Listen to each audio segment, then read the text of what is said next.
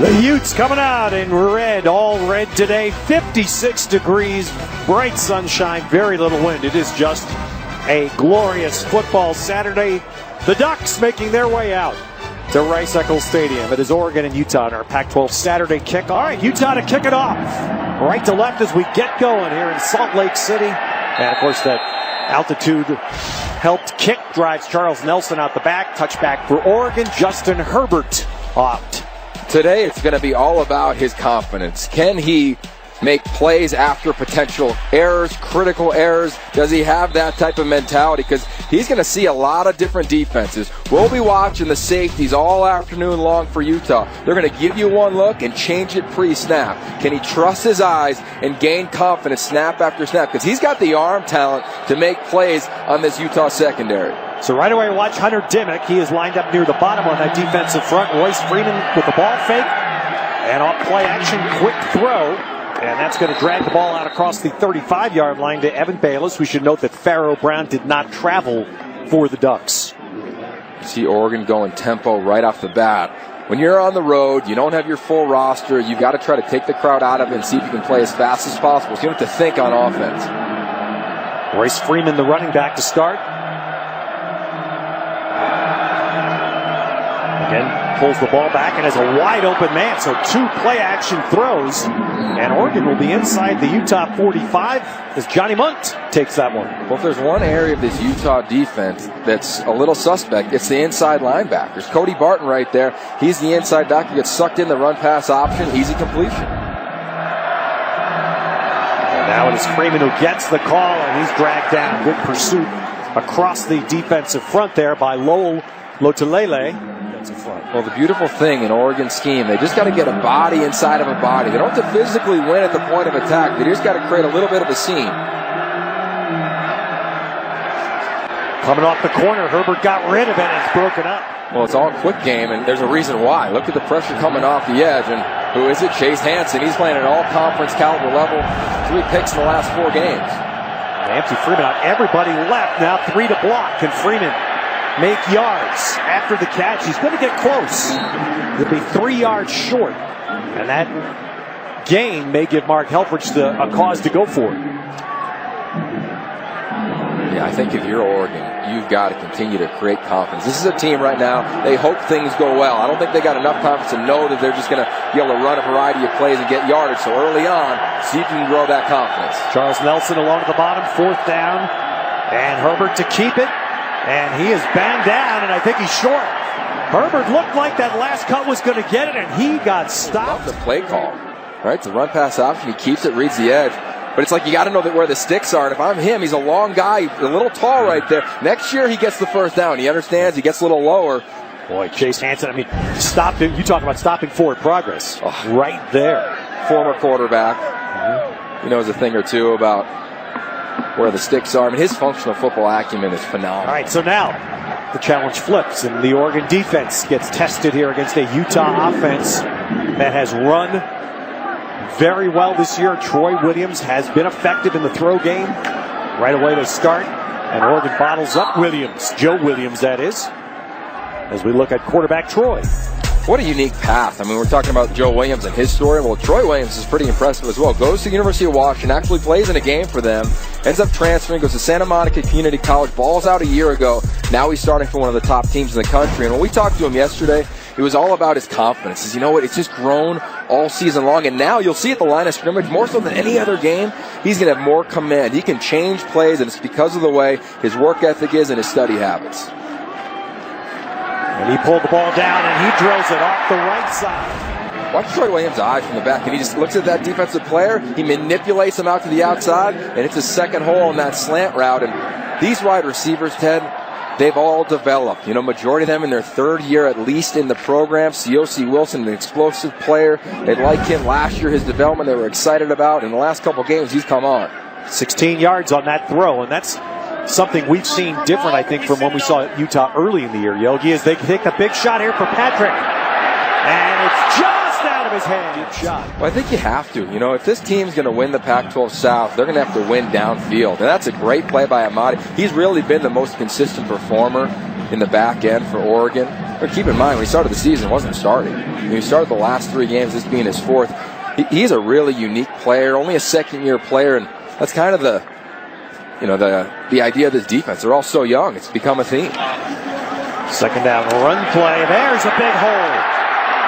So, the very thing Yogi Roth just talked about in the open, that you play a couple of solid downs of defense, but then you get gashed for the explosive hit, a 20-yard run by Joe Williams. And he gets set up by that senior, Isaac Asiata, the left guard. Great job pulling, puts a body on a body, and Joe Williams does the rest. True freshman Brendan Schooler, welcome to Salt Lake City, man. Joe Williams needs 61 yards coming into today to get to 1,000. And remember, again, he was out for a while this year. Troy Williams going to take it himself and runs out of bounds. Got inside the 25. Scary every time, and he's a big quarterback, and he's all of 6'2", he's 200 plus. And he is, when you shake his hand, you say, whoa, this guy looks like he could be a tight end. Reverse, Corey Butler-Bird. Nice cutback. Butler-Bird with a spectacular run. And the pylon is in. Touchdown, Utah. Whoa. You want to talk about the development. Troy Dye came out of his shoes. The effort at the end, and this is awesome. I mean, this is the explosiveness. We were curious about this team. Now they've had Wilson and Singleton develop as well as the return to health of the other two. Welcome back and take a look. You got Troy Dye right here. You got Khalil Oliver. Just follow them as the play goes on. And you'll see the athleticism of Corey Butler-Bird. You call it a one-cut move. Right here, right from the guard. Boom, there's the killer crossover, Ted. Come back again. You want some more? Boom, one more time. And now it's just an effort play to the end zone. That is legitimate athleticism that did not exist when Utah got to the Pac-12 conference on this roster.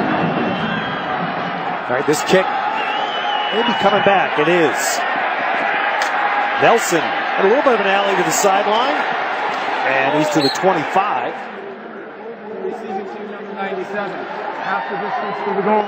First down. There's something refreshing about that. You notice when the referee throws the flag, there's no conference. Just announce it.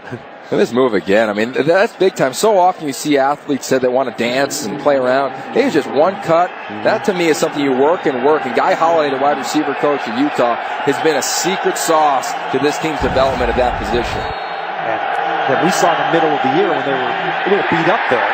Very beat up on running back, and now they're trying to beat on Royce Freeman a little bit. Herbert to keep it. Barton was out there on the edge. Forced Herbert to try to turn it in, and then Luapatasanga finished. The problem with trying to run at the edges of this defense is they're so disciplined. You see Hunter Demick, just beautiful, keeps his feet squared, his shoulders squared, everybody else rallies to the football. I think if you're going to beat Utah, I would attack in between the hashes in the passing game. Attack the backers, attack these safeties. Now 3rd and 8, Oregon trying to get out of this bad drive start. 4 rush. And then Herbert waits and gets Nelson. And so he went exactly where Nelson's still going. A really nice job of Justin Herbert, too. Right before the snap, you see the safeties, Marcus Williams, Chase Hansen, they punch out and play 2 deep safeties. Justin Herbert, the coaches have always talked about his acumen being similar. I know it's dramatic, but to Marcus Mariota. When you study him, his eyes would dictate that that's extremely accurate. Right, Freeman. Well, there's the Royce Freeman. Now how many yards does he drag Cody Barton? From the point of contact, he dragged him about 4 more. And that's the Freeman we've come to expect. You're exactly right. And it's a really nice job with the left side of the offensive line. You see where they block, they push the defensive lineman to the sideline. That's given a crease to Royce Freeman. So, you know what? All right, attack the middle of this defense. If we can put a body on a body, this is what Oregon has done from Chip Kelly to now. It's the athleticism of the old lineman, not their brute strength. That was a yak run. That was 4 yards after contact, and now Herbert is going down. He tried to cut back inside Dimick, and Hunter Dimick will get a new school record there. That'll be his 28th career sack. And Justin Herbert, you just got to take what the defense gives him. You see him right off the bat. You see the back coming out of the back, but he's got him. His eyes immediately going to take a shot down the middle of the field, and this ball game will be dictated by Justin Herbert, understanding just take the defense, what they give you. And that pins Oregon back to 3rd down. Tried that quick screen again. And there's a broken tackle for 1st down yardage. So Oregon, individual making a play there. Jalen Brown And there's so much made of Oregon's record and the struggles they've had. They still lead the conference in explosive plays. Yes. That's their 68th play over 20 yards on the season. It's one of those years, Yogi, and we've talked to Mark Helfrich, like most teams, crews do each week. There's a nice spin back. Tony Brooks-James gets it out near midfield, where a lot of stuff doesn't add up. And I asked Mark this when we talked to him the other day. You look at the sheet, Oregon's run numbers look good. But yet, you don't feel, Mark didn't feel like they've been able to control with the run game the way they'd like to. It's a great point. I mean, this offense has dictated terms for so many years. This year, they haven't been able to do it. Herbert goes to the outside, just enough for a first down. Johnny Munt on the catch. This will be likely, unless Royce Freeman explodes here in the last 2 weeks, it's going to break a run. Oregon's had a 1,000-yard runner 9 straight years. Probably won't get there this year. You know what I love about Matt Lubick, the offensive coordinator for Oregon now? You're seeing a lot of 2 tight end sets. Every D coordinator in the country say that is the hardest personnel to defend. They can run out of it, they like to throw out of it, move their tight ends all over the field. That's different, isn't it, for Oregon? Yeah. And that's not an unusual formation as Brooks-James gets the carry. Well, you expected their receivers to be a major point of emphasis and strength this year. Dwayne Stanford goes down. Darren Carrington hasn't been what you'd expected throughout the season for a variety of reasons, right? 2 quarterbacks and a young offensive line. With these tight ends, you get a defense to play base defense. Utah loves to play a lot of nickel defense. 3-receiver bunch to the right, and Herbert goes underneath there, and there's Munt again. So Johnny Munt having a big first quarter, and Oregon has a first down. Freeman, the running back. He gets it. Nice cut inside the hash, and that's a good first down gain of 5 for Royce Freeman. Now it's empty, 2 top, 3 to the bottom. And Demick comes in, and Demick has his second sack of the first quarter. Having just an astounding year. 14th sack this year. Well, he's at the bottom of your screen against Calvin Throckmorton, and it's easy. He just rolls right by him. There's an intimidation element when you watch Mr. Demick on film. 3rd and 7. And now they broke it up, tried to run a little screen there to Jaylen Brown, but Utah was sensing that. Field goal try here by Schneider from 47.5. Taylor Ali, the holder. And a little, again, altitude helping, and Schneider puts that one through easily. Well done by Aiden Schneider. Wow. I assumed that it was David Feldman, our producer, who was eating for free there. I guess Kyle Whittingham does, huh? Pretty good. Underneath Steph Curry. Ty Burrow is a big fan. Martin Short. All right, kickoff here. I'll go out of bounds for the Utah touchback. And Kyle said 80% of his current roster wouldn't be here if we were not in the Pac-12. It's accurate, especially these skill position players. Joe Williams outside left, breaking tackles. And Joe Williams, first down run for first down. They develop the daylights out of them, then they manage them on and off the field. Senior day, so many players, done so well academically. He's a top 10 coach in the country. All the time in the world to go. The comeback on the far side is caught. Really nice job. He's dropping his hip, boom, and he's out. Coming back to the ball. And that throw, that is a graduate level throw. That is a big-time throw from Troy Williams. So 2 plays, 2 first downs. Quick throws. Because this team hasn't quit. You know, I think that's always talked about because of the numbers they give up. But when you watch them, the effort they play with would definitely not dictate this is a team giving up. Let's spread the field and get Joe Williams outside. And Joe Williams banging it down to the 35. There's a phrase in coaching called tilt the field. When he catches the ball, it's almost like he's running downhill, tilting the field, picks up a block, and he just keeps moving. I mean, his burst is really unique. And you ask him about his practice habits, Ted. They do a 2-minute drill on Wednesday in practice. 2-minute drill. You're supposed to put the ball down and spot it. He runs all the way to the end zone. It's just his mentality all the time. He thinks he's going to score. 2 proud Pennsylvanians here today. Yogi Roth and Joe Williams from Allentown. We were back down at the line. Oregon does a nice job there. You know, they got some young edge players that have done a solid job this year. Justin Hollins, Jalen Jelks, both sophomores. They moved Jonah Moy to the rush end position. Henry Mondu, probably the most consistent player they've had on the defensive front. And they've been banged up there. So many injuries to that defensive line this year. It's Zach Moss in the game. Gets his first carry. Nice cut back, and he'll give Utah a short third just inside the 30. So much celebration on the running back position, whether it was Moss earlier in the year, Joe Williams obviously recently, but it's really this offensive line. And in motion, and Moss is going to dive ahead. I think he's going to be marked down. And they'll go for this one 100%. Sam Tevye, you see him at the right tackle. Nice job. That's going to be interesting. Little inside zone handoff. You know, that fly motion, it makes those linebackers hesitate, and he doesn't lose his footing.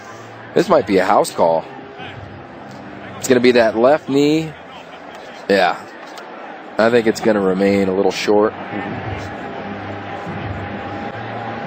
With all of the technology we have today, all of this is still, and I'll tell you what, I see it on Sundays as well. Spotting the football it's hard, but it's the thing that I think is most missed. After review, the ruling of the runner short of the line to gain stands. 4th down. Joe Williams to the left of Troy. And they try to run right. Wow, Oregon bottles that up, and there's a Ducks defensive highlight. You know, that's the part that's probably most frustrating at times for this Oregon fan base is they put it together at times, and sometimes it doesn't look very good, but this is all Troy Dye getting in there, number 35. This is an effort play. The defense, huge stop, little momentum change here at Salt Lake. Getting to work. He said every day he tells his wife his favorite part of the day is getting to coach these young men because they are so young, and his D-line has been depleted by injuries, suspensions, etc. throughout this season. Responded on 4th and short. Right, first down, little throw in the flat to Freeman. Freeman 4 carries for 10 yards. That's his second reception. Herbert throws it back across the body. Nice catch. Wow, that's a tough catch and a good one by Jake Breland, freshman out of Mission Viejo. A really nice job by the quarterback. Run pass option. He takes the linebacker Cody Barton all the way to Cody's left and throws back where he should have been. Easy completion. Breland is now in the backfield. Going to try to lead block there, but he didn't get a man. And Kamoi Peno, Okafisi, Lotulele, Hunter Dimmick, Sony Cassini. I mean, really, they're so physical at the point of attack, and they just keep rotating them in. Fresh legs, fresh bodies against a really young offensive front. 7th TFL of the year from Okafisi. They're all, the D linemen have that. Ooh, and Freeman stays upright. And by staying on his feet, he's able to run it inside the 40 for a first. Well, there's 2 things in the first quarter where Oregon's had a lot of success. They call it kind of the naked bootleg. You fake a run, and all of a sudden you try to sneak somebody out the back. They did the first play of the game to a tight end. They do it to Royce Freeman here. They've done a nice job attacking the perimeter with the fake and the run, coming out the back door, getting somebody in the flats. Looked like Dimmick got a little piece of that ball, but not enough to stop it. It still made its way to Freeman. Brooks James trying to go left, and he's batted down. All right, they will not get another playoff before the quarter ends, but Oregon, after that 4th down stop on defense, has pushed the ball into Utah territory. Just a slight dusting. The first snow of the season hit here in Wasatch on Wednesday and Thursday, but you see that look at me. Is there a more beautiful sky than you could ask for on this Saturday? Just shy of 60 degrees. Spectacular day for football. Justin Herbert's first quarter for the Ducks, 10 out of 12 for 118, and we're going to see as he maneuvers there. He's got a little wrap on his left hand. Yeah. Prior to this drive, they were looking at him on the sideline. See that left hand right there? He's got the glove on it. Right from the Utah 39. Again, remember, this happened after the Oregon defense held on 4th down. And Herbert takes a shot out to Monk, who's already caught 3. Darren Carrington is in the game at the bottom. And that's, well, he's going to Breland, who makes a leaping try out of bounds. Taking a shot. Yeah. Right call. But again, you see that personnel grouping. Ian Wheeler will punt this, try to pin Utah deep. Booby Hobbs. Let this one sail. Wow. Right close. Wheeler bangs that in the back of the end zone. That does not sit well with my guest, Ty Burrell. You know him from Modern Family. Ty, what is your association with the city of Salt Lake? Oh, with the city of Salt Lake, my wife is from Utah, and we moved here a long time ago. And then my brother moved here and we bought some bars here, and now our whole family moved here. Nothing moves family like a bar. I like that. Watering holes, very important and effective, but you are Oregon tried and true. Yes. What do you think of the game so far? Great. I love seeing the defense play well enough that we can punt, really, I think we're really showing some growth. It's a really young team, and the defensive front has been challenged, and it's really nice. It's been a great game so far. There's been a lot of speculation about your head coach, Mark Helfrich. How do you feel? I really think that this is a young team, and if you grew up, like I did, when these teams were 3-win teams every year, 4-win teams, you valued the teams for playing hard. And Mark still has them playing hard. I think there are a lot of challenges with it. You got to kind of start over sometimes, but they're playing hard. And as a Duck fan, as a lifelong Duck fan, that's what we care about. We didn't grow up with national championship aspirations, and our family really still sees that as the bedrock. All right. Yeah. Thanks so much for the time. Ty Burrell, ABC's Modern Family. You don't want to miss a Phil Dunphy pratfall. It is worth every dime. I'll do one today accidentally, I'm sure. All right. Yeah. Try to catch it. Yeah. Thanks, Phil. Should have asked him to do a magic trick, Cindy. But that's actually wonderful perspective. Something that is often all too short in supply in our world today. That's great perspective from as he said himself, a lifelong Ducks fan. Yeah, and look, success breeds different expectations, and it's become kind of the standard with the new facilities, etc. But what he nailed was the youth and the injuries and the issues on the defensive front. I mean, they're playing true freshman Wayne T. Kirby, Gary Baker, redshirt freshman, Rex Manu, sophomore, Justin Hollins, Jalen Jelks, both sophomores. I mean, they're such a young team, and he's right in terms of they have not clicked. You study him on film, you watch him in game, the effort's there.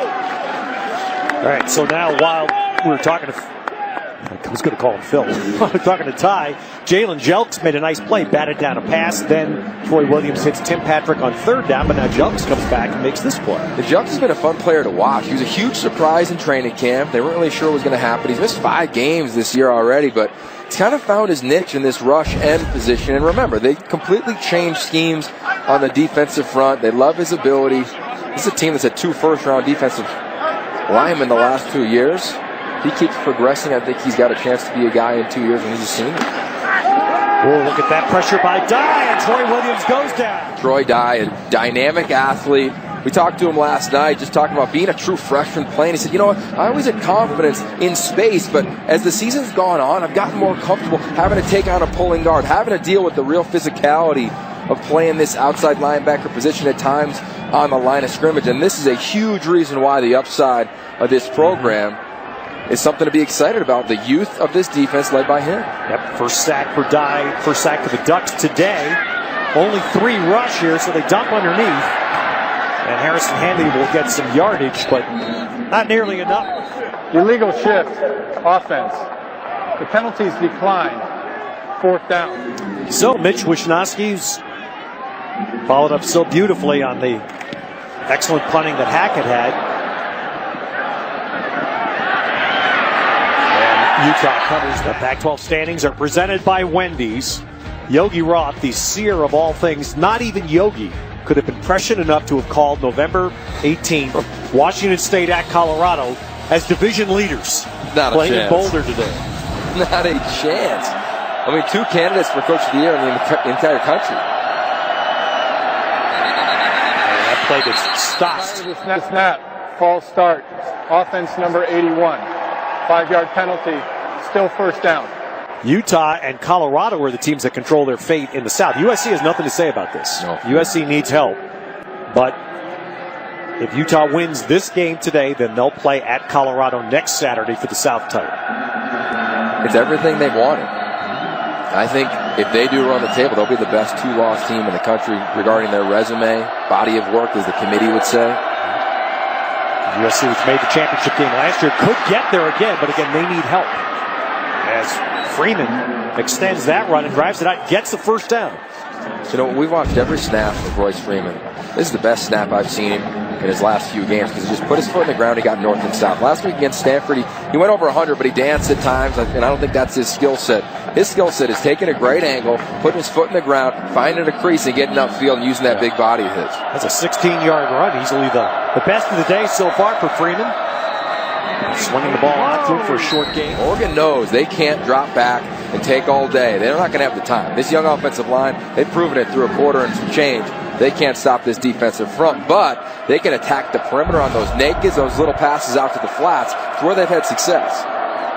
So 2nd and 8. There's a nice cutback. Brooks James shows spark. They call it a jump cut. He does exactly that. He jumps through the hole, puts his foot in the ground, jumps again, puts his foot in the ground. That's the athleticism of Tony Brooks James. And you see the 3-receiver cluster at the top, but a bad start by the Ducks. They got 2 guys, totally different change of paces. Watch the jump cut. Oh, boom, foot in the ground. Here it comes again. One more, right foot, boom, jump cut. Start. Offense number 68. And I didn't see who it was, but that was a nice block on Lotulelei there. He's going to put a screen on Which is what that block on Lotulelei was, right? Exactly right. So it's the initial step of the offensive line. Herbert keeps middle. Nice job there by the quarterback. They're choosing what they want to run based on the confidence they have, the momentum they have, not based on the score and they have to come back from a deficit. Herbert gets it out to Bayless. So again, it's a lot of play action or the run pass option, as you call it, Yogi. And that's a beautiful job again. It's a tight end. They keep staying in the 2 tight end sets and then get them out the back door. And it's advantage when they're up against a linebacker for the athleticism of Evan Bayless, Johnny Munt. You can even see a little Jake Greenland. That was Bayless' 2nd catch. Now it's Freeman there. Peter Taumoi-Peno, he's a really cool story. He's, the Drive is filming today. They've been here all week. He's going to be featured on that. Young man didn't even speak English when he came to Salt Lake City. Now, one of the more interesting characters on this entire team. Kyle Whittingham gave that great defensive lineman compliment. He said, motor. Just motors. It's a never tradition. stops. All right, short 3rd. Now that play winds up working. And Herbert going to run it to the 25 for a first down and then the late job. And you've seen UW do plays like that throughout the season where you think it's the zone read game. Right. You think everything's going left, but it's actually not. It's a great design play. They get a kick out from not only Royce Freeman, but also from the tight end. Justin Herbert does the rest. Personal foul. Targeting offense. 15-yard card penalty. The play is under review. Wow, so a targeting call on that block by Charles Nelson, which, again, if stands, disqualifies Nelson from the game. Boom. Upward and forward thrust. That happens. He leaves his feet. The letter of the law. Led with his helmet. And the question, the argument from Oregon will be, did the shoulder get there first, or was it the helmet there? It's good for the game. After review, the targeting foul is confirmed. Number 6 is disqualified for the remainder of the game. Replay 3rd down as the foul was a live ball. And the challenge is with this Oregon team, they're not good enough not only to overcome that, but they've had a couple false starts. And this is a team that's gotten inside the 40 every single drive throughout this game. And from a schematic standpoint, Charles Nelson, he's one of the few players on this team that's a touchdown maker. And he put the ball in his hands, great explosive plays. And you just talked about the wide receiver. That eliminates yet another receiver in a position where they've lost people this year. Stanford and Allen and etc. Trying to get some yardage back here. See if they can set up at very least a field goal try. Don't know theirs. All right, so we have a timeout taken here before this 4th down. And now they're not going for it. They've sent out Wheeler to punt, so out of the timeout. Change of plans here by Oregon. Wheeler with a better punt than he hit the last time. Last time he airmailed one in the end zone. And there's another team. Thank you, Greg. There's another team like Oregon, Michigan State. I mean, who'd have thought they'd have this kind of season? Well, you look at Michigan State, you look at Notre Dame. You could even kind of look at Texas to a degree. I mean, Charlie Strong clearly a ton of success when he was at Louisville. And I understand the criticism when you are a head coach and you're making all the money and you don't get all the mulligans in the world, but you got a really young team in a lot of these places, and you don't see it very often. I don't think it makes them all of a sudden. All that matters is the last one, right? They can do anything they want until the last one.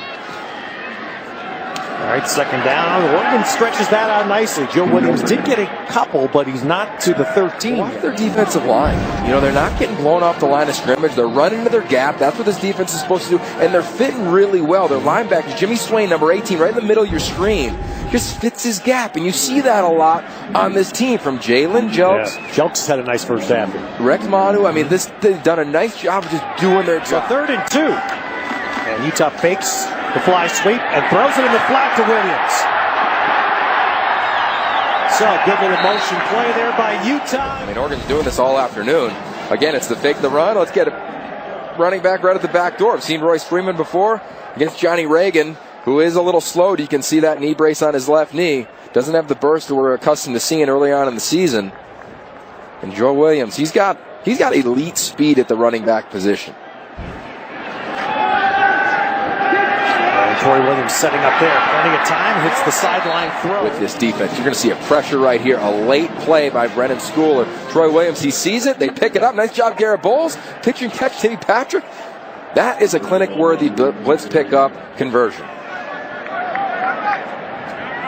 A 12-yard throw there. So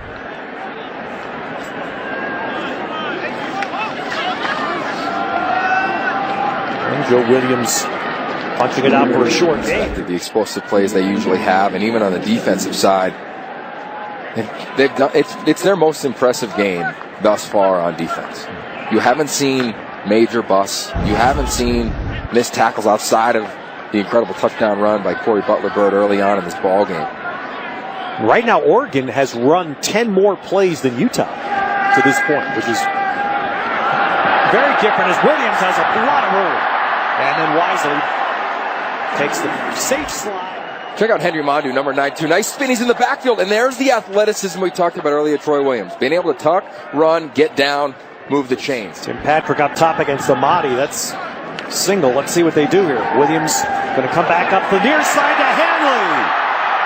And all the way down near the Oregon 15. Kind of sneak out of the back right there. You see him at the left of your screen. He fakes the delay block, and all of a sudden he comes up the sideline. A really nice job. And again, it's against true freshman Troy Dye. And every time we talk about young players, they see things for the first time. One of the first times he's seen the delay block, and all of a sudden he sneaks up the sideline. And Troy Williams design run here. Nice cutback, brought the ball out. Ooh, could that be a big defensive play by Oregon? It is. The Ducks have here they get bit. It's a simple Wildcat run. Jimmy Swain, look at that right hand. He swats at it. Nice job. And Wayne Tate Kirby, the true freshman. The play, personal foul, pulling off the pile. Offense, number 72. 15-yard penalty, first down Oregon. Wonder why Oregon struggled in the past or throughout this season. It's because they haven't created turnovers. You look at them in the past, 2014, they're plus 23. Last year, they're plus 6. This year, coming to the game, they're minus 3. Obviously winning the turnover battle today thus far. All right, so Oregon, after the fumble recovery and then the tack-on penalty, starts at the 26. And a nice counter run by Freeman. Royce Freeman, he stepped out of bounds well before the end of the play. Stepped out of bounds just across midfield. Watch the speed of Royce Freeman through the hole. Whew, this is what we're used to. This is what you expected all season long. This is the type of dynamic power athlete that is projected as a first-round draft pick at running back coming into the season. Now bounced by Brooks James, and he's wrapped up. We should also finish, as Cody Barton made the tackle, that Rex Manu was the Oregon player that was injured on that fumble, and it looked like a significant leg injury. He was taken up and immediately into the Oregon locker room. And that's an issue for this team. They've struggled clearly on the defensive line. Injury, suspension, retirement. Kenton Kamatule medically retired a couple weeks ago. Herbert. Dimmick was watching, but then Herbert delivers, and let's see, no. Carrington juggled it and is ruled to not possess the catch. You look at this Oregon offense today, and there's this play, right, which is the right call. He bobbles it. Doesn't have control. There's the penalty on Charles Nelson. You know, they've had their opportune times, and they've hurt themselves with unforced errors. So now third down, 3-receiver bunch. That's where Herbert's looking. Now he comes back the other side. And out of the backfield, so once again, Oregon is going to be in that awkward position where they're going to go for it, I would think. Look at the bunch, top of your screen right here. Keep an eye. Carrington's the outside man. And Herbert's going to go to the sideline. This one is the first down play. Still going is Johnny Monk. Still down the sideline. He is out of bounds. Marked out of bounds. Freeman. And Freeman is going to run it down for a gain of a few, close to the 15. Freeman had a 28-yarder, by the way, on the earlier run in this drive. Well, I love the design right here. Not only getting the rock to Royce Freeman, obviously, but here in the bunch. They find Munn out in the flat. They have been lighting up this Oregon defense on these plays to the flat. They've been attacking it. His athleticism, his effort, exactly what you're hoping for in a game like this. Herbert running. And Herbert down to the 11. All you want to do is go into somebody else's house on senior day with everything on the line and see if you can quiet it. All right, Oregon shifting here for the third down. Brooks James the back. Brooks James the carry. Utah's all over it. And Brooks James does well to get back near the original line of scrimmage. I mean, this defensive front, incredible penetration. And I think there's going to come a point in this game when it is a third down situation. You know the box is stacked. You got to take a shot. It's single coverage in the outside. I love the corners of Utah. They're impressive. They put their hands on you. But if you're Darren Carrington and if you're Oregon, you got to have some confidence to take a shot out there. To me, an audible type situation. Made it from 47. This one will be about 32. And wow. Frustration. Man, for Oregon. What frustration to have everything go your way on that drive and then come away with 0. Inside the 40 or better every single time, and they've hurt themselves with unforced errors, right? Whether it was a drop, whether it was a foolish penalty on Charles Nelson targeting, he's done for the game. I'd attack. I would attack the passing game. Keep an eye on Tim Patrick, top of your screen. So Williams alongside Troy. Williams, Joe stays in the block. Hanley catches. It doesn't get that first down. He got stopped short, so the clock will move. We're hoping Hanley was going to get to that line there. And it is Butler Bird. So this will get him a quick stoppage to give him a shot. And they can use the field.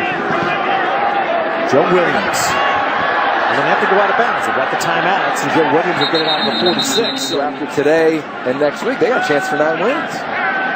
Troy Williams gets out and finds Butler Bird, but that's going to be a short game. Holding. Offense number 75. 10 penalty.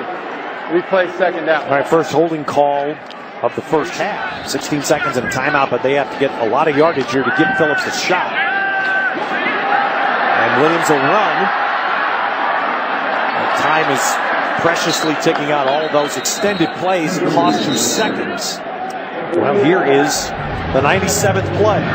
Well, actually, these are the last few. They had every chance in the world to get in the end zone. That's the one that I thought Zach Moss got turned. I thought that's the one where he was going to get in. Yep, you think it's a walk. Here's a second and goal. Another opportunity. Troy Williams, they get him on the naked. They got a tight end on the outside, Moei, and they just miss it. And then, of course, the potential cutback. Had a chance. Cut back, put his foot in the ground. Moss doesn't see it. True freshman. And then, of course, game over. James Looney, Callum. It was a huge moment for Cal. You think about how the seasons have gone. Twisting and turning, but for Utah, they're that play. You call one snap if you want, and UW a potential no call away from maybe taking that game to overtime, or who knows what happens if they don't get that punt return for a touchdown. And that's why I think of the 2 lost teams, if they do win out, they're going to have a really good case for them because of quality. Grant back for this. Oh yeah, you're throwing it up. It's hook and ladder all day long. Okay. Outside screen there. Butler Bird trying to operate the open field. What he doesn't want to do is drop the ball, go down. Once you're hit, go down. Coach, what was your message to Troy Williams after that fumble in the red zone? Well, it happens. The ball security looked decent on the replay board, but you got to take care of the football. So that's, especially in the red zone, that's a scoring opportunity we missed out on. Oregon appears to be having success on the edges. How do you shore that up? Yeah, we're missing some tackles, and we're not structurally, we're not getting where we need to be at times, but we're playing good defense. 3 points, to this Oregon team in a half of football is not bad. I'm a superhero, I'm the MVP. I'm a superhero, I'm the MVP. I'm the MVP, I'm the MVP.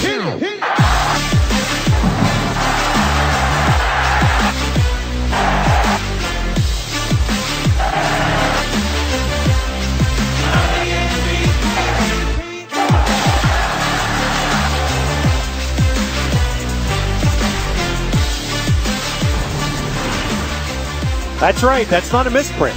7-3 at halftime. Utah leading Oregon. Yogi, in some ways it was hard to digest because Oregon ran 10 more plays than Utah, yet Utah was that one fumble away from having a comfortable lead in the half. Oh, no doubt. I mean, it's really an interesting game. It's kind of odd when you look at those elements in terms of even Oregon's winning time of possession. When does that ever happen? But there's the turning point, I believe, in this game. A great play call by Utah. They find Harrison Haley down the side, a little delayed route by him down the sideline, beats Troy Dye. They come back, and the quarterback keeper on the next snap, and Jimmy Swain. Great job with that right hand right on the ball. Big turnover in the red zone. All of a sudden, it gives Oregon some more life. And to me, when you look at this team right now, that's what they have. They have life. They fought. They've competed. But you look at third down, they've got to stop hurting themselves. 2 of 8 when it really matters. Too many foolish penalties in the first half. Not a ton of them, but 2 false starts. The targeting kills a drive. Yeah. Those things like that for an Oregon team that's down. If they want to win and upset one of the top teams in the country, they cannot do those things in the second half. When was the last time we said Oregon didn't finish drives? Right. That's the one. That was the one thing. If you see how even everything else looks, let's check in now with Cindy. With Oregon head coach Mark Helfrich. Mark, what was your message to Aiden Schneider after he missed that field goal at the end of the half? Well, make the next one. I mean, there's nothing you can really say at that point. Just that's a psychological deal at that point, and just stroke the next one. Joe Williams only has 49 yards rushing. What is different about your defense today? Well, they're playing hard, and we're finishing a lot more tackles, and we're finishing plays a lot closer to the line of scrimmage, which is good. Still gave up, 250 yards, but didn't break here in the red zone and get the turnover. But now we have to complement that offensively. Right, and I cannot wait to watch this defensive front of Oregon here in the second. They did a nice job. They get a 4th down stop. They've come correct in terms of being responsible in their lanes, in their gaps against this offensive line of Utah, which we've said countless times, best in the conference. All right, Troy Williams throws to Patrick right away. Also note that Oregon starts the second half. And that's a big loss for this team. Remember, Drayton Carlberg, he gets hurt earlier this season. Kenton Kamatule, he retired a couple weeks ago. Trani Prevost, we know he's been suspended. Austin Alamada, he was dismissed from the team earlier this week, so not a lot of depth in the defensive front. And Utah trying to get Joe Williams going. A little stumble on the cutback, which... Quite honest, and really think the reason he's done so well is he's attacked this game with a newfound love and passion for the position. All right, Joe Williams has now gone over 1,000. He is the 13th man in Utah football history to get 1,000 yards in a season. All afternoon long. It just shows how he took care of his body, how he remained conditioned. Good hold there. Tim Patrick held that as he was wrapped by Amadi. And that'll be a first at the Oregon 40. What you've seen in this first drive of the second half is Utah going to the passing game more. Going to the edges, attacking these corners. Corners of Oregon have struggled throughout this season. Williams in the backfield. Joe gets the ball, but this time he ran into T.J. Daniel. Good job holding the point of attack by that defensive front. T.J. Daniel, former tight end. T.J. Daniel replacing him. Henry Mondew moving all over. And Troy Williams tried to keep it. Justin Hollins wrapped him up. So 2 good plays by the Oregon front.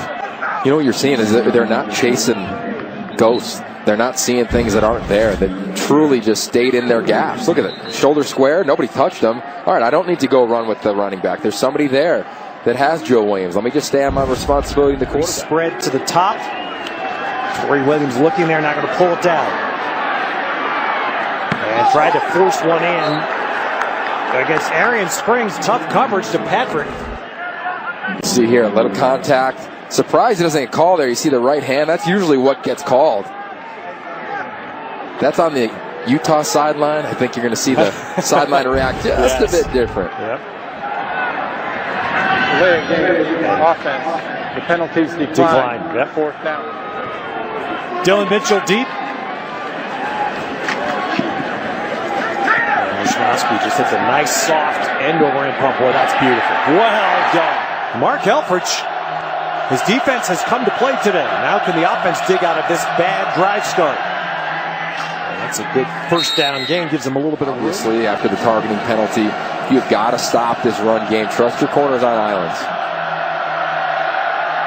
Herbert looking. Pick ball. Oh, it was tipped. and Justin Thomas had a touchdown in his hands. You're going to see a back come out of the backfield. This linebacker right here, Lata Fasanga, reads it. All of a sudden, he's all over it, right? We've seen it all game long. These perimeter passes, slows it down, forces Herbert to go across the middle, almost big-time trouble. On third, Herbert to the middle, low throw, incomplete, and Oregon will punt. Great job by the backers. See coverage right there. Herbert comes back. Hunter Dimmick gets a piece of it. Oh! Almost a house call for the senior. So Wheeler will punt from his end zone. Hobbs standing on the Oregon side of the 50. That's not a very good punt. And that's going to give Oregon the best possible field position to start. They're going to be inside the Utah 45. And so here is Utah at the Oregon 44. We'll get that right.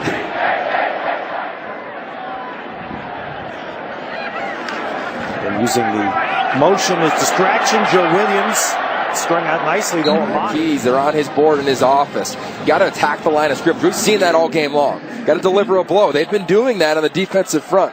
Finding the ball. That last play is a great example. Troy Dye finds the ball, defeats the block, and then this defense has been getting after it and pursuing it. And this has been their most complete game all season long from a defensive effort standpoint. And then Williams outside. So Utah looks, Yogi, like Kyle Whittingham's trying to start to feed Joe Williams the ball. I think you'll see him continue to run the rock. All right, Williams is out, and that's Troy McCormick getting in. McCormick got back into the lineup at Arizona State for the Utes. First carry today, but a big TFL by Oregon. -4 on the first play. This does not look like that Oregon defense, does it? No, and to me, it's the big one right here.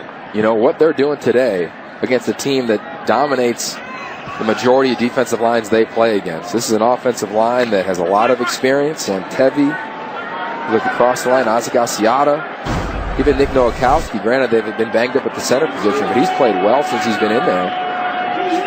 So now Utah has to come out at 2nd and 14. Late blitz coming middle. Williams gets away. Williams will run. Williams will run all the way to the 12. We talked to Troy Williams yesterday. I said, what's the biggest difference in your game? He said, man, it's just my confidence. Every week I just feel like I see the game clear, and every night and lay in my bed prior to the game, and I just visualize myself making big plays, helping this team win. Critical play, recognizing man coverage. Nobody's near him because they're all running with the wide receivers. You see Ugo Amadi at the right of your screen. That's when they can get him out of the football offices. That's right. 22-yard run for Troy Williams. Red zone Utah. Trying to convert. Second red zone trip. Joe Williams will do it. Joe Williams takes it in for the Utah score. Garrett Bowles, Isaac Asiata, the left side of this line. Hands inside. They get a little pull, a little kick out, and it is a walk.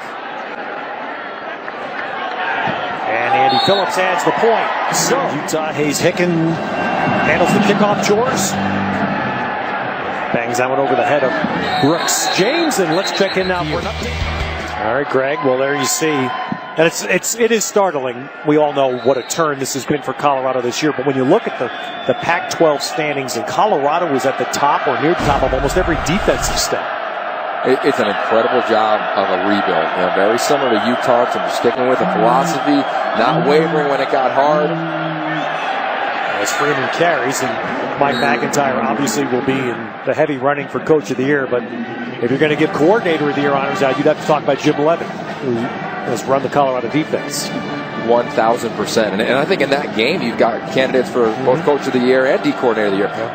What Alex Grinch and that defensive Wazoo has done, and Mike Leach, after an 0-2 start and a poor game against Idaho, to go to a bye game and turn things around. Just throw to Freeman outside, gets it out to the 32. That's a good call on Alex Grinch, who's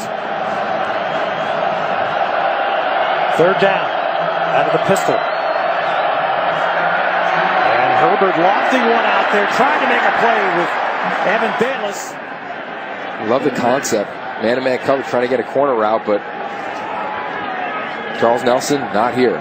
Farrell Brown, not here. I mean, some players down the field that have made plays for this team throughout the season. To try to really tilt the game their way. Wheeler gets it off. Hobbs Fair catch inside the 20. Good punt there by Loved Williams. him even more. Now he's come back, a greater appreciation for the game, and clearly his craft is going off. Wow. Joe Williams. It makes it easier to come back when you do that. Joe Williams is how much better he's actually pursuing the job of being a running back. Yeah, I think if you take a break at any craft that you have done for a long time, and when you played the game since you were in Pop Warner like he did growing up in Allentown, Pennsylvania, and you go through the rigors of being a major Division I athlete, it's hard on you physically at the running back position. Mentally, when you're playing on a big stage and you can lose your love, your luster for it. We talked to him earlier this week, and he said, you know what, I approach the game with a newfound love.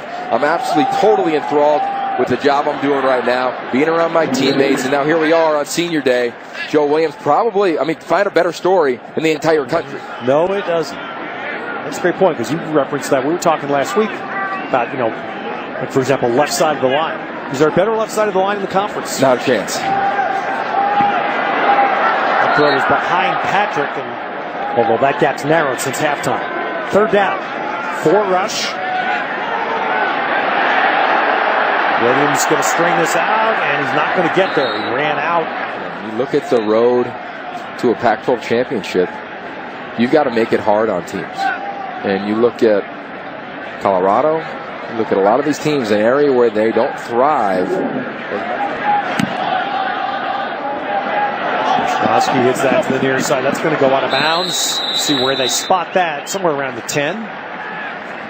And they spot it right at the 10-yard line. All right, Sydney Brunson, where are you enjoying this? I am enjoying the view from where Joe Williams used to sit while he was in his retirement, right here in row 11 in the friends and family section. It's from this vantage point that he decided to get his mind right and get back on the field. He already has more than 100 yards rushing this afternoon, including more than 50 in this third quarter, guys. Right, he wasn't up in the nosebleeds. He was actually here. Yep. All right, here's the run. That's what Oregon needs. Good play to get him out of that yard line start. Tony Brooks-James gets it out to the 32. He's got such unique bursts. Check it out in real time. Whew. 65 yards rushing for Freeman today, and that puts Brooks up, or James over 40. They'll try it the other side. No. This defensive line, they do such a good job of just knowing their responsibility. See Hunter Dimick, he does a good job. You get inside-out pursuit from Cody Barton. And obviously Justin Thomas gets it rolling there from the nickel position. But, this team does such a good job, Ted, of understanding their job. Their football acumen is as high as any defense in the conference. Herbert on second down. Underneath throw. Barton wraps up the receiver and drops Jalen Brown. It's going to leave Oregon third. The must there, trying to do its job to help the Utah defense. Extra people come, and Herbert's throw is caught. Nicely done. Darren Carrington at the 45. Confidence play, press coverage, man coverage, third down conversion. Perfect throw, catches it front shoulder roll, change move. He's going to have to make plays if Oregon wants to get back in this ballgame and create some explosive points. That was second catch of the day for Carrington. Freeman's going to get bottled up here. Just hasn't been to what we would have expected for Royce Freeman.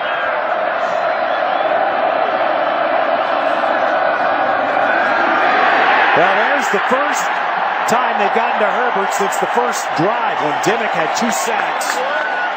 Lotelele. And they just blow up the entire interior of the line. Look at it, just a full rush, gets by him. How about those feet, quick hands? Talked to Morgan Scalley yesterday, the defensive coordinator, about the technique of the D-line. He said, if you don't understand and buy in our technique, you can't play here. So now 3rd and 20. Herbert's looking for Carrington.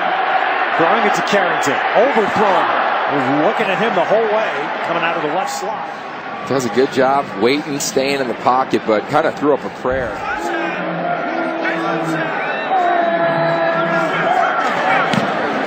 So Wheeler bangs another one out.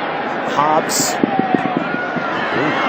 Oh, that's a tough catch, and he had Brandon Schooler right on him. Injured player, and that's one Oregon doesn't need. Tony Brooks-James already down Griffin on a in the running back position, and man, lands pretty hard on that leg. That's a good sign for Oregon that he can get up and get off the field. Of course, the Civil War next week in Corvallis. They've really picked up some steam with some commits. Williams on the carry, and he's going to get back to the line of scrimmage. They're an extremely young team, but they've been competing their tails off week in and week out. Last week was a great example against the Bruins. Williams going to pass the ball down the far side, just missed. Nice job. Timmy Patrick clears it out, man-to-man coverage on the wheel route. He's got him. And look, when we get into championship settings, I've always said this, Taylor, I think you got to make 3 throws a game. 3 big kid throws. And as Utah continues on in this game, 14-3 only, this week, the next week, potentially another week, they're going to have to complete some of these passes. Williams steps up on third. No, can't get away. Justin Holland, Jalen Jelks, TJ Daniels, they kind of all look the part, right? All 6'6". See a twist up front. Great job on the edge from Jalen Jenks. Forces Troy Williams to climb the pocket. Justin Hollins does the rest. He cleans it up, and everybody's attacking it. So it makes you wonder about, wow, next year, imagine those types of players with another year of weight training. 2 guys that are massive. You see Brady Hoke. He's just got to be trying to get as much positive feeling into these defenders. Now Dylan Mitchell broke past the first wave. And Dylan Mitchell making a big play for Oregon inside the Utah 30. He just switched it. Well, they've been waiting for Dylan Mitchell since spring football. He dominated in the spring game, got hurt in training camp, hasn't done a lot this season. Last week goes and becomes a punt returner for the first time all season. They know that he's ready to break one. He did that one all on his own. Makes the first guy miss, doesn't get a lot of help. Explosive plays, explosive playmakers. This young man out of Tennessee might be their most explosive right now, with Charles Nelson being out of the game. Charles Nelson had a 46-yard punt return this year for the Ducks. That was 45 by Mitchell. And it now gives Oregon, in the final minute of the third quarter, a fabulous opening here to put some more drama and some tension into Rice-Eccles Stadium. Freeman. Double flip back pass. Wide open. Touchdown, Oregon. Jaylen Brown. Well, they had a play. They've been holding it in their pocket, Yogi. As an old coach, you know that feeling.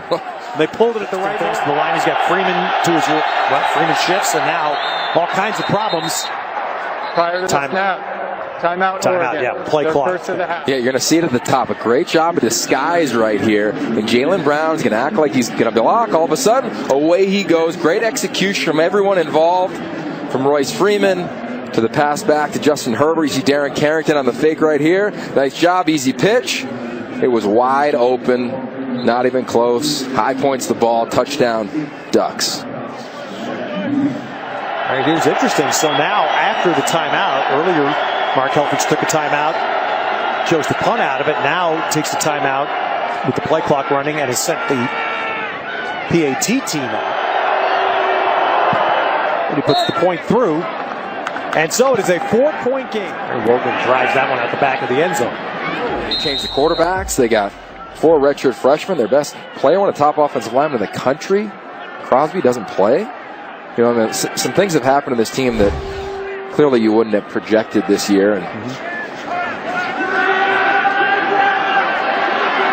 Troy Williams fires that one incomplete. You looked at those scores as Singleton was the intended receiver there. To the fewest points the Ducks have scored this year, 21 in Washington.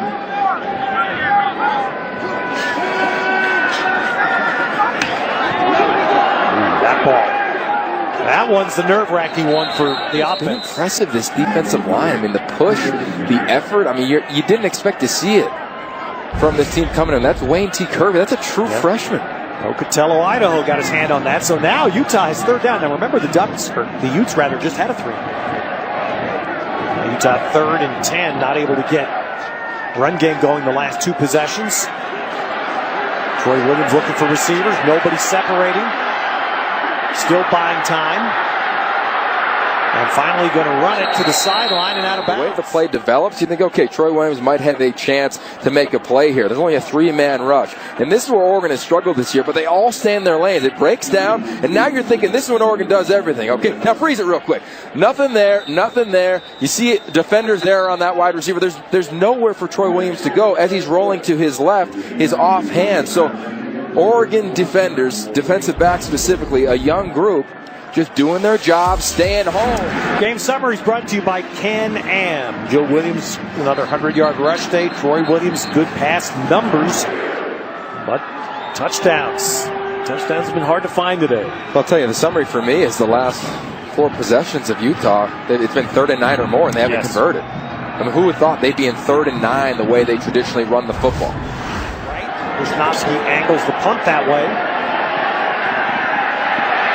And Utah, sure, they got a little inspired. Flag down as well on the catch and punt return. I would imagine they got a little inspiration to not let Dylan Mitchell break another one. Jason Thompson leading the special teams cover,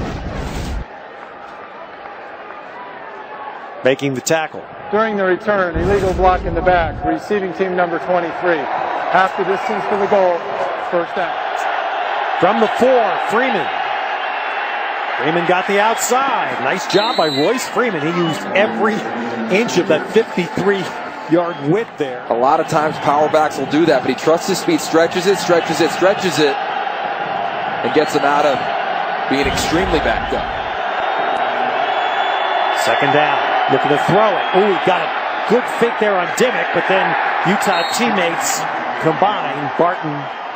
They say the quarterback steal a pump. He steals a pump. Look at Dimmick go all the way flying. But that pursuit inside out.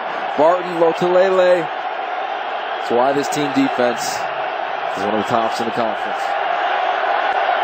So Herbert throws the slant to the top, and he's got the first down. It's a great job. He sees a deep safety, sees a window. All of a sudden, Justin Herbert finds it. Slant, Carrington, all day long. That's a great job of him understanding that Marcus Williams was not going to drop down into the box, found the window. All right, so Carrington had to run off after that hard hit. Herbert keeps it. Herbert got the outside. And here's Oregon. They've escaped the shadow of the goal line, and they're out across the 35. How about the block that he picks up? Alex Ofadale hasn't played a lot of football. The redshirt freshman out of Missouri coming in. Keep in mind, Charles Nelson out. Darren Carrington on the sideline. They got a phrase at Oregon, Ted. It's no block, no rock. Nice block by that young man.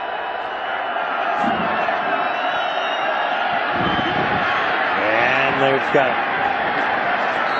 carry there. That is Benoit getting in the game. First carry today for Benoit. Brooks James had the outside. Still going. Run out of bounds, finally. A great block. You'll see it on the left side of your screen. Johnny Mudd, boom, all of a sudden he cuts right through, and he gets past one of the shortest tacklers in the Pac-12 Conference. Well, now you really feel the tension in Rice-Eccles Stadium. Oregon from their 4-yard line has moved it inside the 25 and down close to the 20. Check out this block from Johnny Mudd. Boom. Legal with the shoulder, clinic worthy. Tony Brooks James, which, oh, by the way, a series ago, didn't know if he was going to be injured, comes right back and looked pretty fresh right there. Alex Ofadale that made the catch on that pass. Here's Freeman. Freeman to the 2-yard line.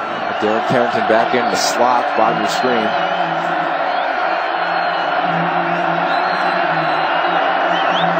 That's who Herbert's looking for, and they got batted down the line. So they're going to try to just target Carrington. Now they're saying, okay, you want to play man coverage? Because this is what Utah does. All right, let's see if we can take a couple shots. Slant early in the drive, tried it down the last snap.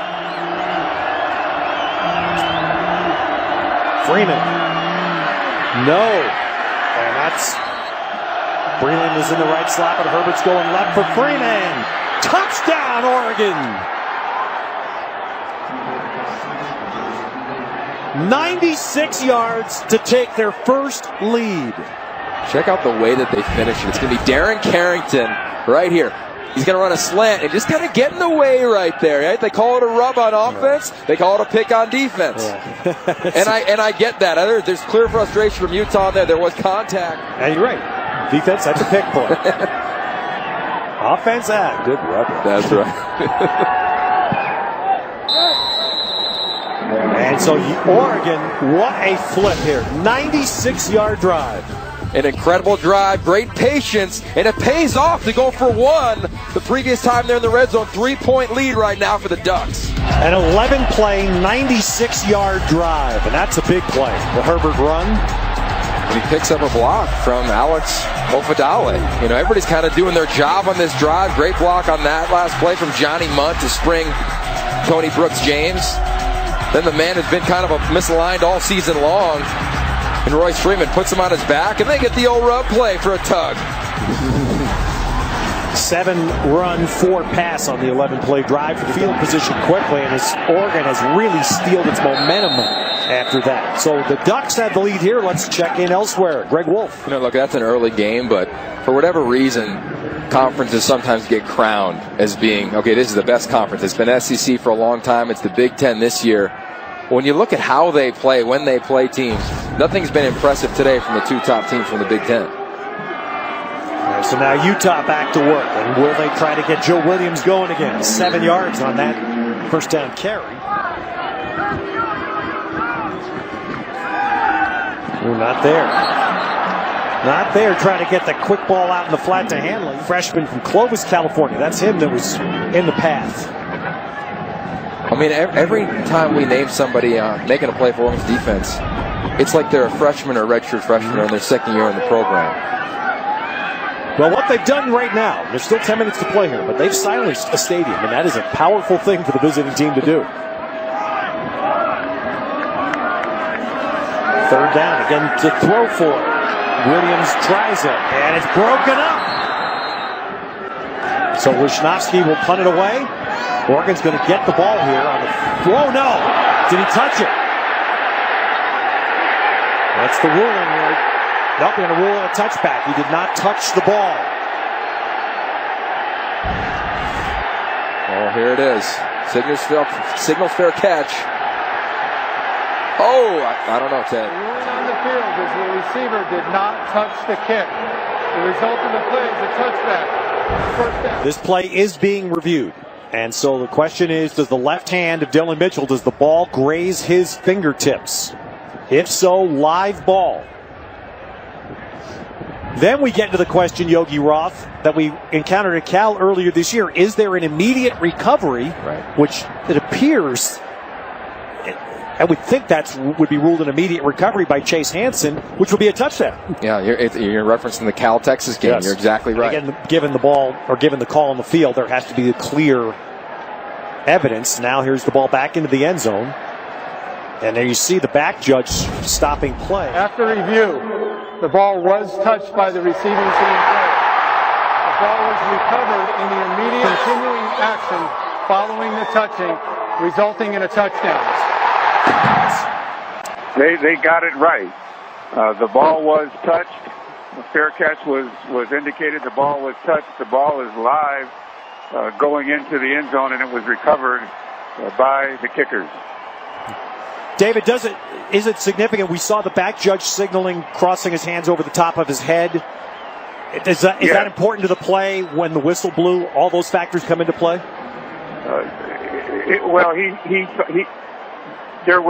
That was continuing action. That's the important thing. He signaled a touchback. He didn't see the touch, but the continuing action takes precedence over that. So how hard is it for the player to know? If he's looking at the official seeing his hands up, in Dylan Mitchell's eyes, he might be saying, okay, play's over versus potentially recovering it. Well, you know, players aren't supposed to watch officials. They've got to go for the ball. If the ball appears to be alive, they've got to go for the ball. And so, David, this again, the last question. This goes back to that play we saw early this year when the Cal running back dropped the ball prior to the goal line. In this case, there was, as you said, a continuous action recovery. Is that why the call is touchdown? That's correct. And Phillips puts it through, and now Utah has regained the lead. Well, it's a true freshman. You know, I've been back there returning punts, and sometimes you think you're going to be under it, and it's not all of a sudden dramatic play. But, Ted, this has happened before here, right? The flair for the dramatics in this type of ball game. Kalen Clay, you think it's a house call. Utes are on their way to potential big upset. Drops it. Seen it all across the country since then. Hasn't taught everybody the lesson of finishing all the way through the end zone. Yeah. And as you see, and we talked with David Coleman about this very play earlier this year, That play was officiated, that night here was officiated perfectly. They never called touchdown. They dropped the beanbag, dropped the hat, and Oregon wisely played it. Joe Walker eventually ran it back for Phillips. Excuse me, Hayes Hickens just drives this. And he does. Of course, being in altitude, you have a kicker with a strong enough leg, you pretty much take the kick return out. All right, Freeman to start. Nice cut back. Look at the space. And Oregon's still alive. Royce Freeman makes sure of that. Tremendous energy on this sideline, fellas. They've got a big chip on their shoulder now. They feel like the officials were against them. Mark Helfrich was pleading his case, saying the field judge signaled dead play. That's why my guy didn't go after the football, but to no avail. So it was on everybody on the sideline to say, you know what, that's okay. Let's put it behind us. We got this. In fact, some of the players were chanting in unison with the Utah songs that were being played over the PA system. Like, we don't care where we're at. We got to win this game. Nobody wants. Chase Hansen was shaken up on that play, has to come off. Herbert ran this play earlier. Herbert gets 5 on it.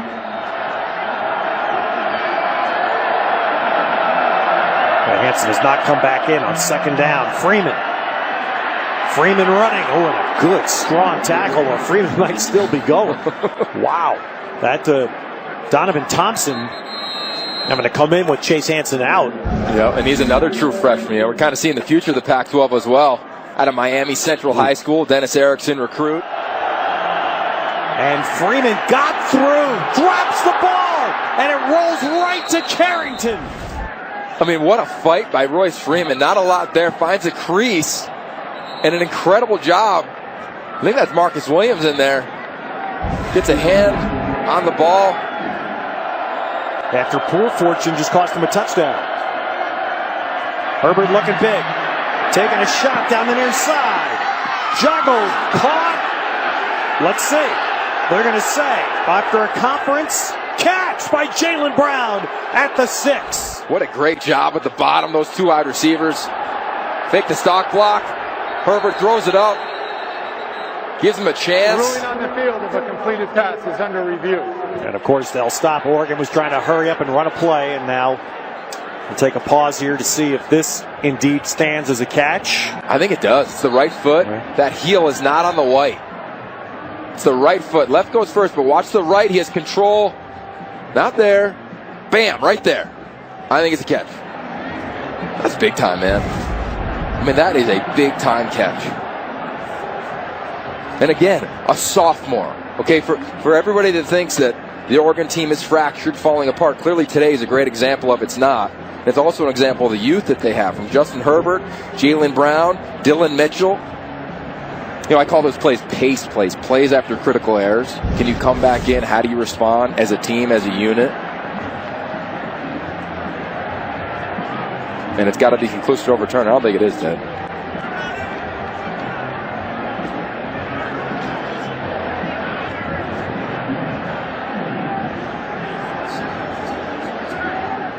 After review, the ruling on the field of a catch is confirmed. First down. 31 yards.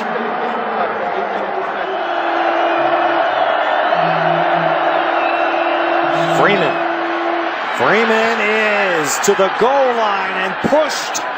They're going to rule him down. He got the rugby push help there at the end, but he's ruled down just shy. And now the drive by Freeman, and the ruling is no. Looks to be 6 inches. That's the right call.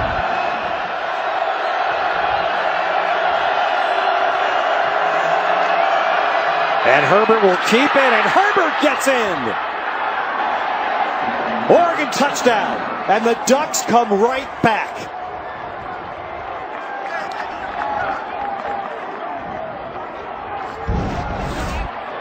Great recognition by Justin Herbert. The eye discipline necessary to operate this offense is all about reading the edge, reading that last man on the line of scrimmage. If they crash down, I'm going to keep it. And for a true freshman, if you're giving me the option, I can give it to our leader, Royce Freeman, or keep it with the game on the line. A lot of true freshmen are going to give it to that big back. Well, is under further review. Let's take a better look. First look, I wondered.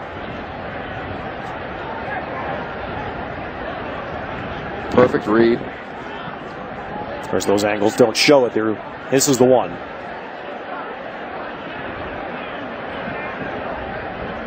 That right knee is the ball across. And that's going to be the question.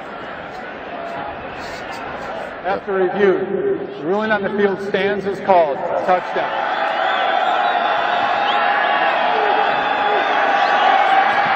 And Schneider gives Oregon a 3-point lead again. Logan bangs one out the back.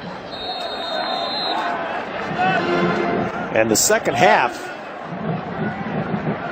Oregon, after a slower start, has really riled up. In fact, Oregon's up to 500 yards of offense now. Those individuals. Oregon has run 18 more plays than Utah. Oregon has run 76 plays today. How about in this fourth quarter? They have 171 yards to 7 by Utah. All right, now we get a flag before Utah can. First down. Yeah, Utah, Corey Butler-Bird was on the field and he wasn't supposed to be. Tried to get off, but Utah got caught for 5. Every coach will talk about it. Kyle Whittingham has talked about it. Troy Williams comes back to the near side. Singleton with a catch. And it's going to be just short of a first down. How about the eyes right here, Troy Williams, scanning the field, full field reads, all the way to his backside, not pressing at all. You talk to his teammates, say, tell me about Troy, what's he like? And they're like, man, his confidence, his swagger, it just oozes to us. Saw it late in that SC game in the comeback. We'll see if we see it today. Second down, quick throw to Butler-Bird. Oh, he tried to get outside. He'll lose yardage. We've said it a lot this year. Where's the first-round draft pick on Utah's defense? Not sure if it's there. You can never say where's the athleticism on their defense. Watch them rally to the football.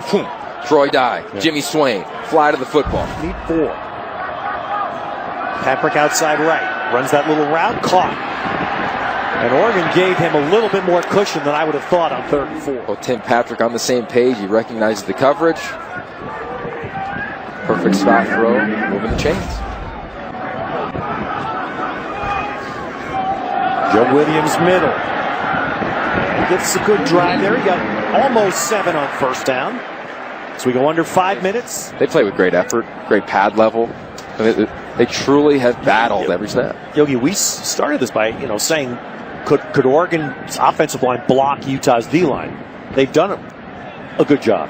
And the flip side on this is exactly right. Oregon's D-line has stood up against a very good offensive line. Yeah. And, when they hired Brady Hoke and changed to this one-gap scheme, what it's supposed to do is take advantage of the athleticism, meaning you only have one job. You have one lane, get off as quick as you can, stay as low as you can. It was really hard for this defensive line to adapt to. A lot of them are used to the two-gap scheme, meaning do I dip inside, do I dip outside? The outside linebackers, the Jalen Jelks, the Justin Hollins, they were playing off the ball, now they're on it.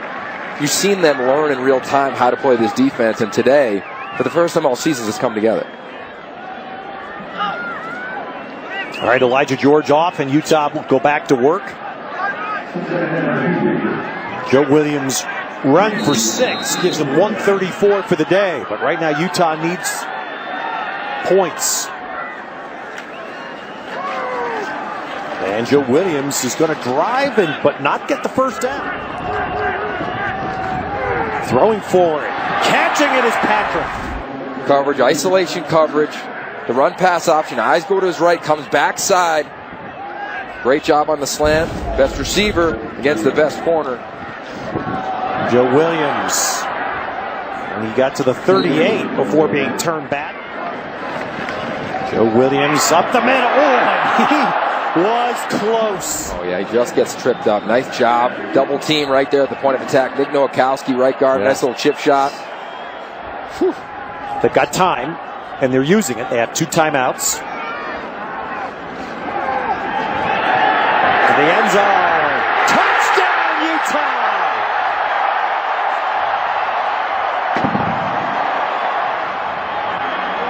Let's talk about being a champion, playing when it matters. If you're the quarterback of any championship team, you got a deal, man. Here's an opportunity, an absolute rope shot, great route by Evan Moeahi. And as always, man, how great is ball, bro? I mean, how great is this? And And so Utah's up 4. Check out the release from Evan Moya. You'll see it at the top of your screen. There's Tyree Robinson. Really nice job. Robinson goes to the outside. Moya presses the outside, then puts his right foot in the ground. It's exactly how you coach that route up. And then just come right up the seam, and it's on the quarterback to lead you inside. When you press the DB wide, you've got Field in the middle to work away from the safety. That is absolute clinic worthy. Great anticipatory skills from Troy Williams. How about that angle right there? That's perfect right there, man. Well, Yogi Roth was calling for 3 throws. Would you say Troy Williams made 2 on that drive? No, 1,000%. Yep. And if Utah wins again, if they can hold on in these last 2-18, they will play in Boulder next Saturday for the South title. How about Justin Herbert, too? I mean, honestly, coming of age, you look at the youth of this team, you know, he hasn't flinched. When it's been a big moment, a big stage, a critical down and distance, he's kept the ball in his hands when it's mattered. The trick play for a touchdown, he hasn't shied away from the bright lights.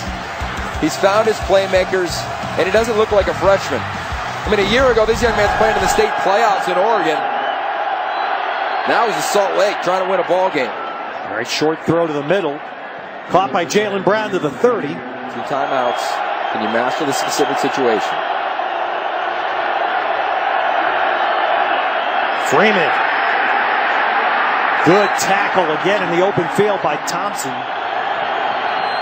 Oregon's got 2 plays here. And Herbert doesn't need it. First down, Johnny Munt. Keep an eye. Darren Carrington, top of the screen, man-to-man coverage. Screen set up. Utah was ready for this. They saw it coming. Really saw the whole Utah defensive front. They were prepared for that. Recognize that tunnel screen. Oregon's made a living on that play so many times. If I'm the Ducks right now, Justin Herbert's seeing the field really well, Ted. I'm working the outside. It's man-to-man. Give him a clear picture. At some point, he's got to start taking a shot here. They're under 50 seconds. Up the middle. There's the shot. And Bayless, and they're going to tack on. That's going to get a 15-yard tack on that's going to put Oregon in the red zone. This is a big-time throw. Get the ball up and down, layer the ball. Personal foul, targeting, defense number 20. Half the distance to the goal. First down. Marcus Williams. So immediately we'll get review here. That one I'm going to go against. Because I don't think there was an upward thrust. I don't think there was any intent. He didn't leave his feet. It was almost as though Bayless came down. I think you have to throw the flag. Clearly, first of all, an absolute dime throw. I wouldn't be shocked if they returned that one. I would agree with you. I would agree with you. To me, there's no leading. And again, we understand that the crown of the helmet now extends to the top of the face mask. Well, all of that, but go ahead. He didn't. The rule, you have to initiate contact to the head or neck area of the defenseless opponent. Right. I don't think he initiated the contact. Right call, right flag in real time, 100%. And by the way, look, this game's still going on, but if you lose Marcus Williams next week.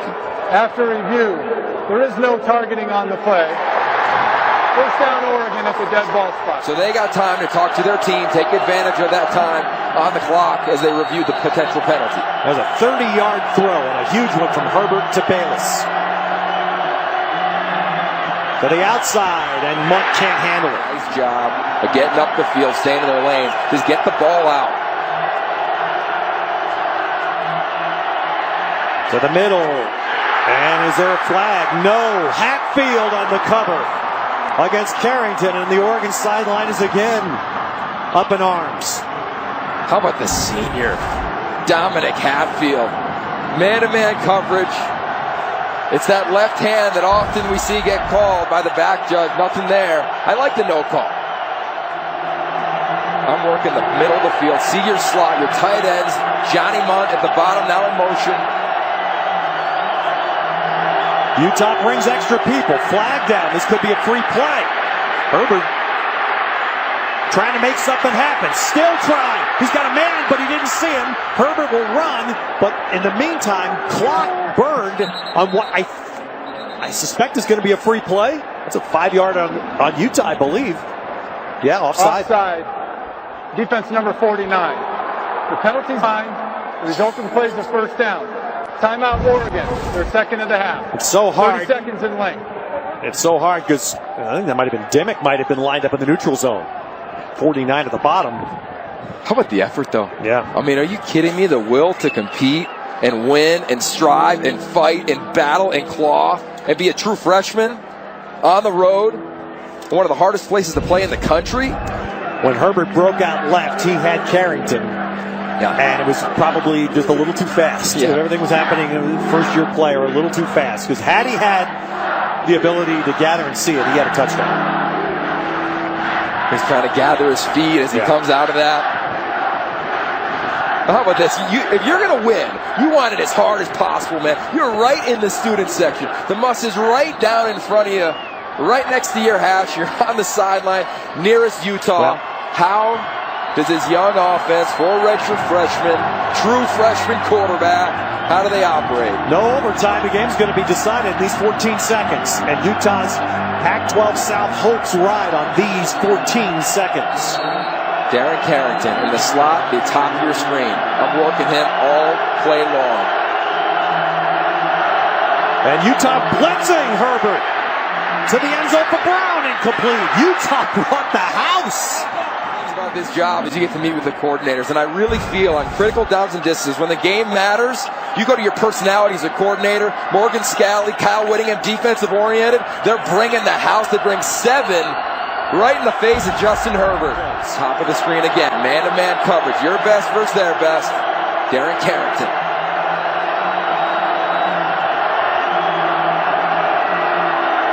And Utah brings extra again. They throw it to Carrington. He caught it out of the end zone. 1 play left. Perfect call, man coverage. At times you see PI called there. I don't know, Ted. I think he's in. Wow.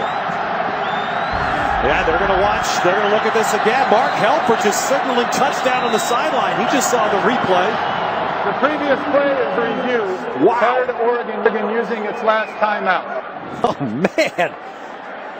Well, I'm on the Yogi bandwagon here. How great is ball? Is this a touchdown, a game winner for Darren Carrington, the right foot? I think it is. You see red. Yeah. Ooh. It looked like you saw just the slightest bit of dark turf between his shoe and the white boundary.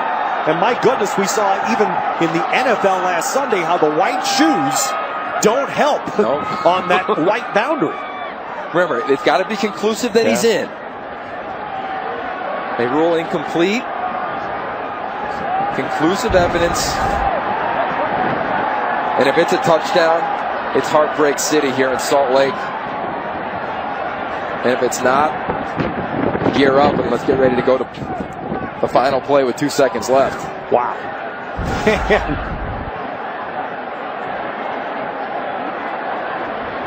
When replay was instituted, I don't know that anybody envisioned this. That this is going to be what decides a team's championship hopes. Utah's hopes ride on this.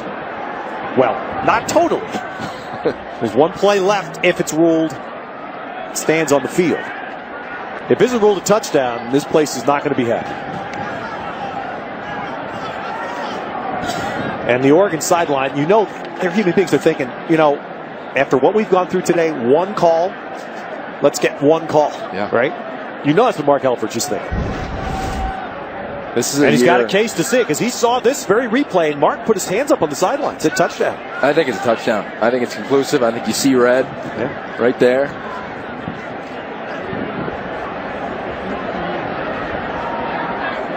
And for Oregon, I mean, they haven't gotten a break all season long. I mean, you go to this game, and the Dylan Mitchell touch on the punt results in a touchdown for Utah.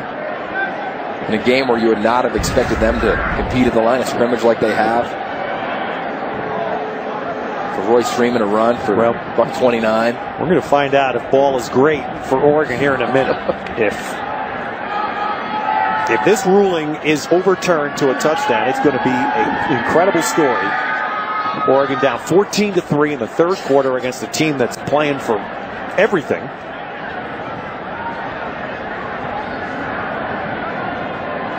the importance of it is clearly apparent in how long this is taking, and I don't think there's anything else they can be looking for other than to be conclusive that you see that little bit of red turf between the edge of Carrington's shoe and the boundary. If you see it, that would be the visual indicator of a touchdown. I would never say I got the best of vision, but I looked like I saw some red. I'm with you on that one too. Take another look. That right foot clearly has the ball. There's red. Right there. And unlike a lot of replays, that's a pretty good view. Can't get a much better one than that. Again, we understand the significance of this. After review, the receiver's foot was inbounds and he maintained control of the ball going to the ground. The result of the play is a touchdown.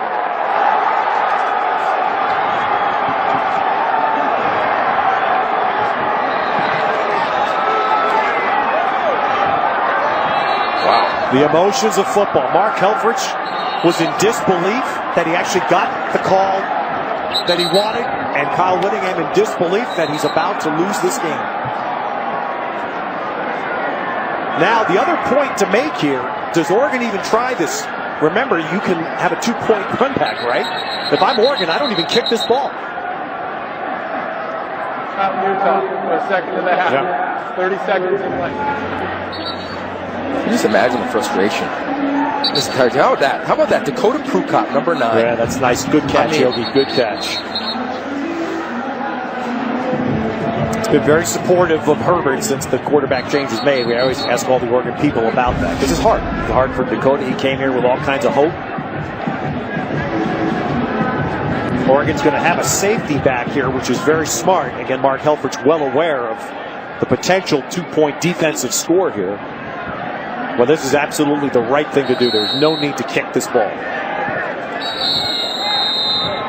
Now you have to kick the ball. And assume that you can just bang it out the back of the end zone and see if they can run an 80-yard play. Well, this is going to be what Utah needs. The incredible play that lives on. And I'm not sure how accurately it was called, but it does live as one of the greatest moments in college football history. And I've always wanted to point out, as great a moment as that was for Cal, that cost people jobs. And John Elway, voted the player of the century, the Pac-12, didn't go to a bowl game because of that play. Never played in a bowl game. John Elway, can you believe that? Never played in a bowl game, player of the century. And by the way, that was Joe Starkey's call. Joe, the longtime 42-year radio announcer for Cal football. Joe today's having the broadcast booth at Memorial Stadium in Berkeley named for him. And that's a great honor for Joe. I'll tell you what, in this game, you look at the last couple years and the freaky plays that have happened on special teams. Might as well add to the lineage right here. Let's see what we get. Let's see what Wogan does. Now he's going to kick it in the field of play. And did he touch that ball? Well, here it goes. Utah's Pac-12 South Championship hopes revolving around a fluke. Can Corey Butler-Bird make something happen? Wow. There's a flag down. So that's a forward throw. A flag was thrown. In desperation, the flag won't matter now. The Oregon Ducks have stunned Utah. Illegal forward pass, receiving team. Penalty is declined. The game is ended. What a win. What a win for Oregon football. It won't erase what's been a very tough season, but for a week, it proves a lot about Mark Helfrich and his program. 24 players in the 2 deep are underclassmen. And for all the talk about everyone who's not in the locker room saying that this locker room is fractured and Mark Helfrich doesn't have a hold of it, clearly isn't accurate. You look at how they fought and battled. This is an easy game where you can just lay down on the road with the top teams in the country. And physically, Ted, is where they didn't back off. And what a great game. What a great rivalry this has become, these two teams. And for Oregon and Mark Helfrich, hats off to keeping your team together and battling. Well, it stings so much for Utah. USC is still alive now with this result in the Pac-12 South. Oregon comes to Utah and comes back to score 27 in the second half. And a sparkling catch, and really a sparkling throw, both sides. Herbert to Carrington. We hope you enjoyed it. What a way to kick off with the game of the day.